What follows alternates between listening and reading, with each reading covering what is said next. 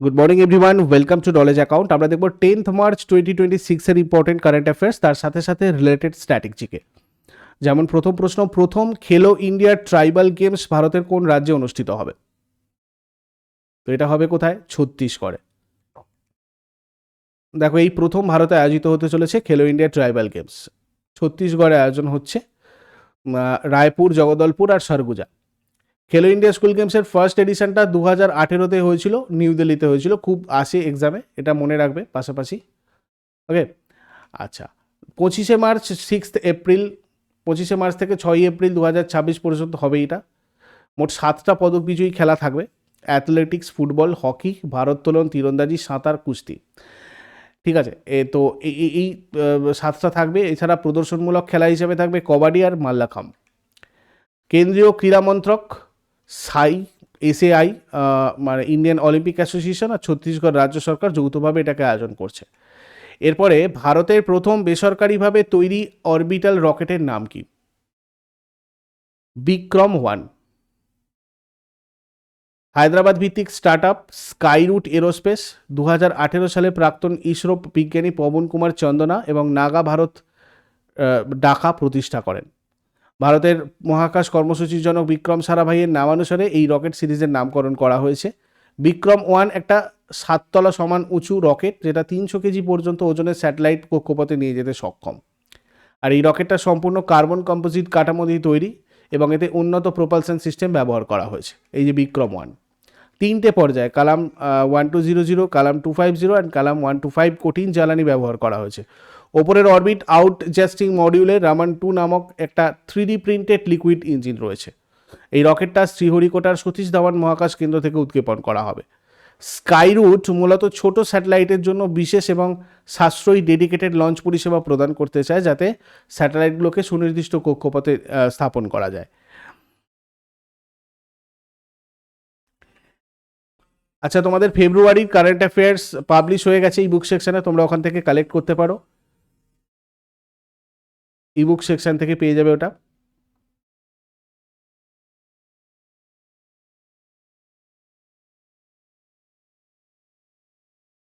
তারপরে দিল্লির নতুন লেফটেন্যান্ট গভর্নর হিসেবে কার নাম ঘোষণা করা হয়েছে? তরণজিৎ সিং সান্ধু। প্রাক্তন কূটনীতিক তরণজিৎ সিং সান্ধুকে দিল্লির নতুন লেফটেন্যান্ট গভর্নর হিসেবে নিযুক্ত করা হয়েছে বিনয় কুমার সাক্সেনার জায়গায়। ইনি এখন লাদাখের লেফটেন্যান্ট গভর্নর হিসেবে দায়িত্ব পালন করছেন, আমরা দেখেছি আগের দিনে। তো লেফটেন্যান্ট গভর্নরকে ভারতের কেন্দ্রশাসিত অঞ্চলের প্রশাসনিক প্রধান, যিনি সরাসরি রাষ্ট্রপতির দ্বারা 5 বছরের জন্য নিযুক্ত হন, ভারতের রাষ্ট্রপতি কর্তৃক নিযুক্ত হন এবং রাষ্ট্রপতির ইচ্ছানুযায়ী পদে থাকেন। ভারতে একজন লেফটেন্যান্ট গভর্নর একটা কেন্দ্রশাসিত অঞ্চলের দায়িত্বে থাকেন, তবে পদটা কেবলমাত্র আন্দামান আর নিকোবর দ্বীপপুঞ্জ, লাদাখ, জম্মু ও কাশ্মীর, দিল্লি এবং পুদুচেরি কেন্দ্রের অঞ্চলগুলোতে সীমাবদ্ধ। এটা গঠিত হয়েছিল দিল্লি 1911-এ, কেন্দ্রশাসিত অঞ্চল 1956-এ পরিণত হয় দিল্লি। রাজধানী দিল্লি, আন্তর্জাতিক কোনো সীমানা নেই। 2টো রাজ্যের সাথে সীমানা রয়েছে, হরিয়ানা এবং উত্তরপ্রদেশ। টোটাল 11টা মানে জেলা রয়েছে, সরকারি ভাষা হিন্দি। বিধানসভার 70টা আসন, রাজ্যসভার 3টে, লোকসভার 7টা আসন। হাইকোর্ট হচ্ছে দিল্লি হাইকোর্ট। প্রথম লেফটেন্যান্ট গভর্নর আদিত্যনাথ ঝা, প্রথম মুখ্যমন্ত্রী ব্রহ্মপ্রকাশ, বর্তমান মুখ্যমন্ত্রী রেখা Gupta. State animal nilgai, state bird Sparrow, state tree ফ্ল্যাম্বয়ান্ট। Sushma Swaraj, Sheela দীক্ষিত, অতিশী, এদের পর রেখা গুপ্তা 4th এবং দিল্লি ন্যাশনাল ক্যাপিটাল টেরিটরির মুখ্যমন্ত্রীর জন্য 9th ব্যক্তি। কংগ্রেসের শীলা দীক্ষিত 1998 থেকে 2013 সাল পর্যন্ত সবচেয়ে দীর্ঘকালীন মুখ্যমন্ত্রী ছিলেন, আর বিজেপির সুষমা স্বরাজের 52 দিনের সবচেয়ে কম মুখ্যমন্ত্রিত্বের মেয়াদ রয়েছে। এরপরে বিহারের প্রাক্তন মন্ত্রী নন্দ কিশোর যাদবকে কোন রাজ্যের রাজ্যপাল করা হয়েছে? ইনি হয়েছেন নাগাল্যান্ডের রাজ্যপাল নন্দ কিশোর যাদব। ইনিও একজন ভারতীয় রাজনীতিবিদ। 2024 থেকে 25 পর্যন্ত বিহার বিধানসভার সপ্তদশ স্পিকার হিসেবে দায়িত্ব পালন করেছেন। বিহার সরকারের সড়ক নির্মাণ আর স্বাস্থ্য বিষয়ক প্রাক্তন মন্ত্রী ছিলেন। ভারতীয় জনতা পার্টির সদস্য এবং রাষ্ট্রীয় স্বয়ংসেবক সংঘের সদস্য। 5 মার্চ 2026-এ ভারতের রাষ্ট্রপতি দ্রৌপদী মুর্মু কর্তৃক এই পদে নিযুক্ত হন এবং অজয় কুমার ভাল্লার জায়গাতে তিনি মানে আসেন আর কি। এর পূর্ববর্তী রাজ্যপাল হচ্ছেন অজয় কুমার ভাল্লা। ভারতের নাগরিক হতে হয় একজন রাজ্যপাল হতে গেলে, কমপক্ষে 35 বছর বয়স্ক হতে হয়। সংসদে কোনো সদস্য বা রাজ্য আইনসভার সদস্য হলে চলে না। কেন্দ্রীয় কর্তৃক রাজ্যপাল মনোনীত করা এবং ভারতের রাষ্ট্রপতি কর্তৃক তার নিয়োগ কানাডার মডেল থেকে আমরা নিয়েছি। 153 নম্বর অনুচ্ছেদে বলা হয়েছে যে প্রতিটি রাজ্যের অন্য একজন রাজ্যপাল থাকবেন, একজন ব্যক্তিকে 2 বা ততোধিক রাজ্যের রাজ্যপাল হিসেবে নিযুক্ত করা যেতে পারে। রাষ্ট্রপতি কর্তৃক স্বাক্ষর আর সিলমোহরযুক্ত ওয়ারেন্টের মাধ্যমে রাজ্যপাল নিযুক্ত হন এবং রাষ্ট্রপতির সন্তুষ্টিতে তিনি পদে বহাল থাকেন। অনুচ্ছেদ 161-তে বলা হয়েছে যে রাজ্যপালের ক্ষমা, অবসান এগুলো মঞ্জুর তিনি করতে পারেন। 163-তে বলা হয়েছে কিছু বিচক্ষণতার শর্ত ছাড়া রাজ্যপালকে তার কার্য সম্পাদনে সহায়তার পরামর্শ দেওয়ার জন্য মুখ্যমন্ত্রীর নেতৃত্ব মুখ্যমন্ত্রীর মতো একটা মন্ত্রী পরিষদ রয়েছে মুখ্যমন্ত্রীর নেতৃত্বে। আচ্ছা, নাগাল্যান্ড গঠিত হয়েছিল 1 ডিসেম্বর 1963-তে। রাজধানী কোহিমা। আন্তর্জাতিক সীমানা মায়ানমারের সাথে রয়েছে। নাগাল্যান্ডের রাজ্যের উত্তরে রয়েছে অরুণাচল প্রদেশ আর আসাম, পূর্বে মায়ানমার, দক্ষিণে মণিপুর এবং পশ্চিমে আসামের সাথে সীমান্ত রয়েছে। টোটাল 16টা জেলা রয়েছে, সরকারি ভাষা ইংরাজি। বিধানসভার 60টা আসন রয়েছে, রাজ্যসভার 1টা, লোকসভার 1টা, হাইকোর্ট গুয়াহাটি হাইকোর্ট, যেখানে আসাম, অরুণাচল প্রদেশ, নাগাল্যান্ড এবং মিজোরাম এই 4টে জায়গারই বিচার কার্য সম্পন্ন হয়। প্রথম রাজ্যপাল বিষ্ণু সহায়, প্রথম মুখ্যমন্ত্রী পি সিলু আও, বর্তমান মুখ্যমন্ত্রী নেইফিউ রিও। তারপরে সম্প্রতি খবরে থাকা প্রিসিশন স্ট্রাইক মিসাইল কোন দেশ প্রথমবারের মতো যুদ্ধে ব্যবহার করেছে? মার্কিন যুক্তরাষ্ট্র। এটা একটা surface two surface guided ballistic missile. এটা মূলত মার্কিন সেনাবাহিনীর জন্য লকহিড মার্টিন কোম্পানি তৈরি করেছে। 2023 সালের শেষের দিকে মার্কিন সশস্ত্র বাহিনীতে এটা যুক্ত হয়। এটা M142 হিমার্স আর M270A2 MLRS প্ল্যাটফর্ম থেকে উৎক্ষেপণ করা যায়। এই মিসাইলের পাল্লা কমপক্ষে 500 কিলোমিটার। এতে জিপিএস এবং ইনার্সিয়াল গাইডেন্স সিস্টেম ব্যবহার করা হয়েছে। এর ট্র্যাজেক্টরি বা গতিপথ হাইপারসোনিক ক্লাস ব্যালিস্টিক পর্যায়ের। এতে ইনসেন্টিভ মিউনিশনস পেলোড ব্যবহার করা হয়েছে, যেটা দুর্ঘটনাবশত বিস্ফোরণের ঝুঁকি কমায়।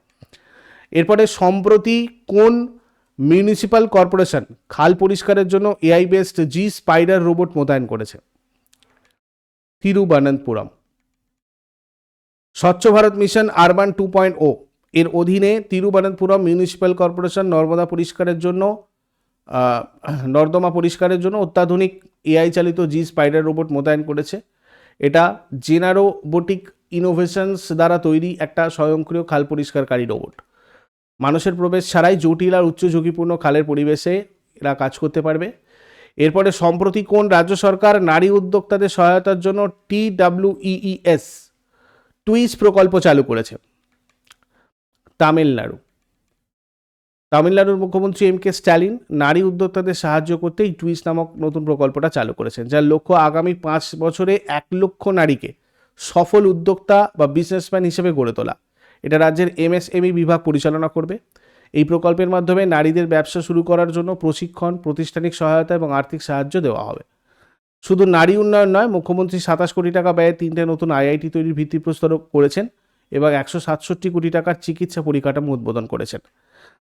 কৃষকদের সুবিধার্থে তামিলনাড়ু সিভিল সাপ্লাই কর্পোরেশন 78 কোটি টাকা ব্যয়ে 60,000 মেট্রিক টন ক্ষমতা সম্পন্ন গুদাম বা ওয়্যারহাউস তৈরি করবে। এরপরে সম্প্রতি কোন প্রতিষ্ঠান মস্তিষ্কের কার্যকারিতা পুনরুদ্ধারের জন্য মুনশট প্রজেক্ট চালু করেছে? এটা করেছে IISc বেঙ্গালুরু। স্ট্রোক থেকে সেরে ওঠা রোগীদের স্বাভাবিক জীবনে ফেরাতে সাহায্য করবে এই মুনশট প্রজেক্ট। এমন একটা ব্রেন গ্রো প্রসেসর তৈরি করা হয়েছে যেটা নিউরোমরফিক হার্ডওয়্যার এবং AI অ্যালগোরিদমের সমন্বয়ে মস্তিষ্কের কার্যকারিতা বৃদ্ধি আর পুনরুদ্ধার করবে। এটা একটা closed loop AI based closed loop device, যেটা মস্তিষ্কের বিভিন্ন অংশের সাথে সংযোগ স্থাপন করে শরীরের মসৃণ আর সমন্বিত নড়াচড়া পুনরুদ্ধার করতে সাহায্য করে। এটা প্রতীক্ষা ট্রাস্ট দ্বারা অর্থায়িত করা হয়েছে এই প্রকল্পটা। এটা ইমপ্ল্যান্টযোগ্য এবং শরীরের ভিতরে স্থাপন করা যাবে এরকম, এবং নন ইনভেসিভ শরীরের বাইরে স্থাপনযোগ্য সেখানেও করা যাবে। উভয় ধরনেরই ব্রেন গ্রোথ প্রসেসর তৈরিতে সাহায্য করবে আর কি। 2026 সালের 4 মার্চ প্রখ্যাত সাংবাদিক HK দুয়া প্রয়াত হয়েছেন। ইনি কোন বিশেষ নাগরিক সম্মাননায় ভূষিত ছিলেন? পদ্মভূষণ। ইনি একজন প্রবীণ সাংবাদিক, সম্পাদক এবং সাবেক রাজ্যসভা সদস্য। The Indian express, the Times of India, Hindustan Times, the Tribune, এছাড়াও এইসব সংবাদপত্রের সম্পাদক হিসেবেও দায়িত্ব পালন করেছেন। এছাড়া অটল বিহারী বাজপেয়ী এবং এইচ.ডি. দেবগৌড়ার প্রধানমন্ত্রীত্বের সময় তার প্রেস উপদেষ্টা মানে প্রেস অ্যাডভাইসার হিসেবেও কাজ করেছিলেন। এছাড়া ডেনমার্কে ভারতের রাষ্ট্রদূত হিসেবেও তিনি নিযুক্ত ছিলেন এক সময়। এরপরে আসামে দোল উৎসবকে স্থানীয়ভাবে আর কি নামে ডাকা হয়? ফাগুয়া বা দেউল। একটা প্রাচীন বৈষ্ণব উৎসব। ভগবান শ্রীকৃষ্ণ আর শ্রীদাদার চিরন্তন প্রেমের প্রতীক হিসেবে এই উৎসব পালন করা হয়। অসমে এই উৎসবকে ফাগুয়া বা দেউল নামেও ডাকা হয়। বিশেষ করে বরপেটা অঞ্চলের সত্রগুলোতে এই উৎসবের একটা অনন্য রূপ দেখা যায়। এরপরে সম্প্রতি মার্কিন যুক্তরাষ্ট্র কোন আন্তঃমহাদেশীয় ব্যালিস্টিক মিসাইলের সফল পরীক্ষা চালিয়েছে? Intercontinental ballistic missile Minuteman 3। এটা একটা মানে ভূমিভিত্তিক মানে ল্যান্ড বেসড আন্তঃমহাদেশীয় ব্যালিস্টিক মিসাইল। মার্কিন যুক্তরাষ্ট্রের নিউক্লিয়ার ট্রায়াডের একটা অত্যন্ত গুরুত্বপূর্ণ অংশ, যেটা 1970 সালে প্রথম মোতায়েন করা হয় এবং এটা বর্তমানে মার্কিন অস্ত্রাগারের অন্যতম দীর্ঘকালীন কৌশলগত অস্ত্র। 15,000 মাইলেরও বেশি গতিতে ছুটতে পারে এটা। 6,000 মাইল দূরবর্তী লক্ষ্যবস্তুতে আঘাত হানতে সক্ষম। আচ্ছা এটা বাদ দাও। 2026 সালের ফেব্রুয়ারির শেষে ভারতের বৈদেশিক মুদ্রার ভান্ডার কত ডলারে পৌঁছেছে? 728.49 billion. Foreign currency asset 573.125 million. Gold reserve 131.63 billion dollar. Special drawing rights 18.87 billion dollar. Reserve position with IM 4.87 billion dollar. মোট 728.49 বিলিয়ন ডলার। এরপর ভারত আর নিউজিল্যান্ডের মধ্যে উদ্যান পালন সহযোগিতার প্রথম যৌথ ওয়ার্কিং গ্রুপ বৈঠকটা কোথায় অনুষ্ঠিত হয়েছে? নতুন দিল্লিতে। 12 মার্চ 2025-এ দুই দেশের মধ্যে স্বাক্ষরিত মেমোরান্ডাম অফ কোঅপারেশন বাস্তবায়নের লক্ষ্যেই বৈঠকটা অনুষ্ঠিত হয়েছে। আলোচনার মূল কেন্দ্রবিন্দু ছিল কিউই ফল এবং পিপ ফ্রুট, আপেল আর নাশপাতি এগুলো নিয়ে। কিউ ফলকে ভারতের একটা অগ্রাধিমূলক ফসল হিসেবে চিহ্নিত করা হয়েছে। আগের দিনে হোমওয়ার্ক দেখে নেব। ইমেলের আবিষ্কর্তা রে টমিলসন আর কম্পিউটারের জনক বলা হয় চার্লস ব্যাবেজকে। আর আজকে তোমাদের জন্য প্রশ্ন থাকবে অদ্বৈতবাদের প্রবক্তা কে ছিলেন আর শিখ ধর্মের প্রতিষ্ঠাতা কে ছিলেন? শেষকালে কমেন্টে জানাও। চট করে আগের দিনেরগুলো কুইক রিভাইজ করে নেব। যারা যারা লাইভে রয়েছে অ্যান্সার করার চেষ্টা করো। 9 মার্চ 2026-এর কোয়েশ্চেন্স কী ছিল? সিভি আনন্দ বোসের পদত্যাগের পর বর্তমানে পশ্চিমবঙ্গের নতুন রাজ্যপাল কে? RN রবি। NCERT 3 থেকে 8 বছর বয়সী শিশুদের জন্য কোন এআই চালিত অ্যাপ চালু করেছে? Magic box. সম্প্রতি ভারতের কোন রাজ্য সরকারি স্বাস্থ্য পরিষেবা সহজলভ্য করতে মোবাইল অ্যাপটা মানে মি হেলথ মোবাইল অ্যাপ চালু করেছে আর কি? মি হেলথ মোবাইল অ্যাপ এটা করেছে কে? কেরালা। 2026 সালের জানুয়ারি মাসের PLFS রিপোর্ট অনুযায়ী ভারতের বেকারত্বের হার কত? 5%। দ্য সেজ হু রিইমাজিনড হিন্দুইজম গ্রন্থটা কার জীবনী অবলম্বনে রচিত? শ্রী নারায়ণ গুরু। 2026 সালে অনুষ্ঠিত গোয়া মেরিটাইম কনফারেন্সের কততম সংস্করণ পালিত হলো? 5ম। সম্প্রতি কোন দেশের পার্লামেন্ট রাজনৈতিক বন্দীদের মুক্তির লক্ষ্যে একটি রাজনৈতিক ক্ষমা বিল অনুমোদন করেছে? ভেনেজুয়েলা। সম্প্রতি তামিলনাড়ুর কোন জিআই ট্যাগ প্রাপ্ত পণ্যটি প্রথমবারের মতো সরাসরি কানাডাতে রপ্তানি করা হয়েছে? সালেম সাগু বা সাবুদানা। দক্ষিণ ভারতের প্রথম indigenous and endangered language laboratory কোন বিশ্ববিদ্যালয়ে স্থাপিত হয়েছে? মাদ্রাজ বিশ্ববিদ্যালয়। আসন্ন জনগণনা 2027-এর জন্য কেন্দ্রীয় স্বরাষ্ট্রমন্ত্রী অমিত শাহ কর্তৃক চালু করা দুটি সরকারি ম্যাসকটের নাম কি? প্রগতি এবং বিকাশ। আন্তর্জাতিক নারী দিবস কবে পালিত হয়?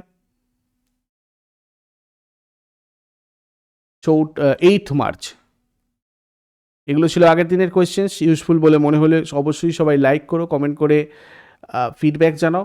আর প্রতিদিন সকাল 6টার সময় ডেলি কারেন্ট অ্যাফেয়ার্সের আপডেটের জন্য নলেজ অ্যাকাউন্টকে সাবস্ক্রাইব করে বেল আইকন প্রেস করে অলে ক্লিক করে রাখো। Thank you so much. Take care. Have a great day.